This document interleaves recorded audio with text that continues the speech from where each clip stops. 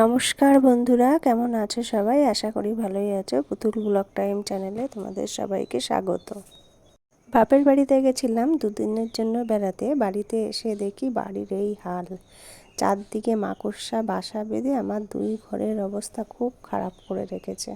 তাই বাড়ির সব ঝুল ঠুল ঝেড়ে চাদর টাদর সব বিছানা পরিষ্কার করে চাদরগুলো পাল্টে নিলাম। আর এগুলো করতেই আমার সারা দিন লেগে গেল। আর যেহেতু আমাদের ঘরে ওপরে টিন দেয়া, জানো তো, আরশোলা, টিকটিকি, ইঁদুর এগুলো সব ঘরে ঢুকে যায় ফাঁকা দিয়ে। আর এদেরকে সাথে নিয়েই আমাদের থাকতে হয়।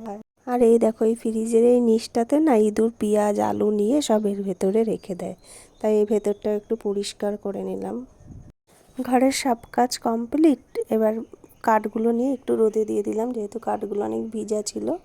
আর এদিকে জামা কাপড়গুলো আমি একটু ভাঁজ করে নিলাম।